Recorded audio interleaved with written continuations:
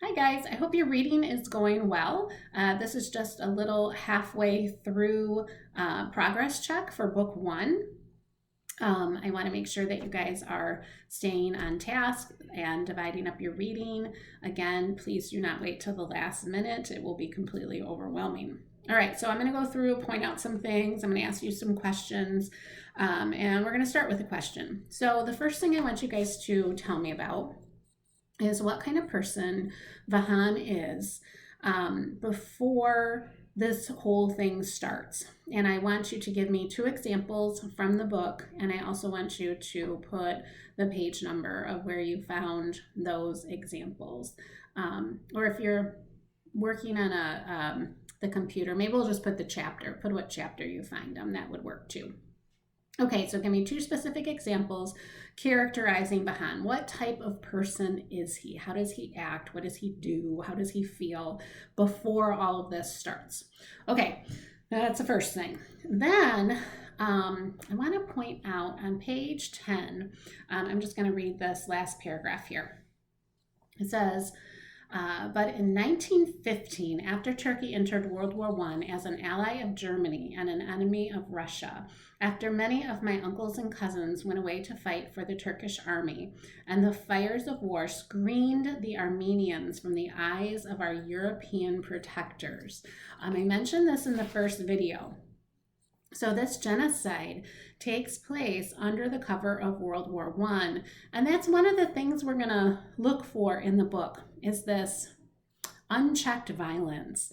So we have the Turks doing this to the Armenians. They are unchecked. There's no one else that, seeing what is happening to these Armenians right now. So we see that with the soldiers. We're seeing the violence, what they're doing to the Armenians. Then in chapter 10, it's a really creepy scene. Vahan, at this point, has run away with his brother from the forest where his mom and his sister were, and Vahan is sexually assaulted by this really creepy guy. And again, we have this unchecked violence. There's no police. Even if a Turkish soldier saw what was happening, they wouldn't care. They would just let it play out, I'm sure, because Vahan's an Armenian. Okay, so we see that. Those are some things I want you guys to keep your eyes open for, those instances of unchecked violence. Thankfully, Sisak, his brother, does save him from this horrible man, and Vahan's okay. But nonetheless, that's an example of that.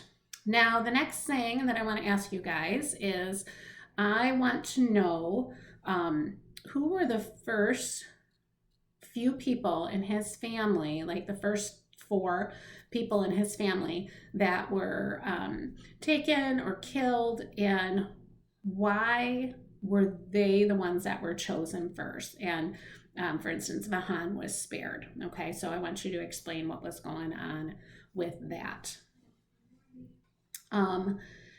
In book 1, we really see Vahan relying on others to be strong. Now, he's only 12, so it's not very surprising. But again, this is a story of growth. So we are going to see him grow. We are going to see him become strong.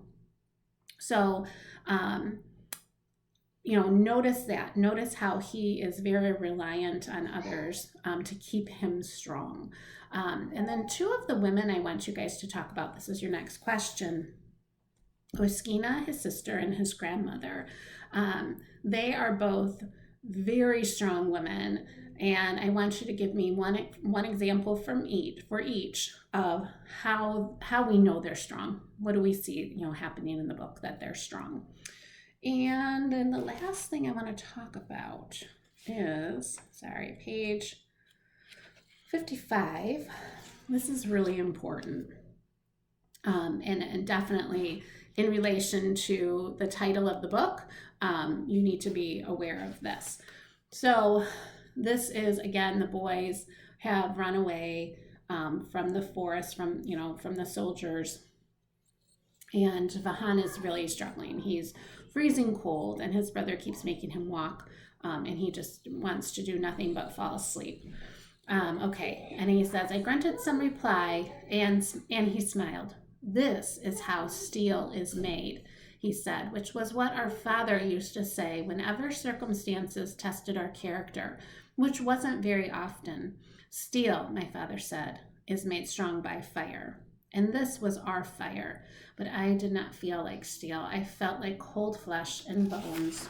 And if anything happened to Sisak, I did not know what I would do. Without Sisak, I would have only myself, and I was not enough, not nearly enough. All right, and then in chapter 11, um, Vahan goes to his friend's house, Patu, and this was a schoolhood friend or school friend, a childhood friend, and well, you'll read and find out. So you guys have a test or a quiz at the end of book 1 on May 12th, and I'll talk soon. Bye.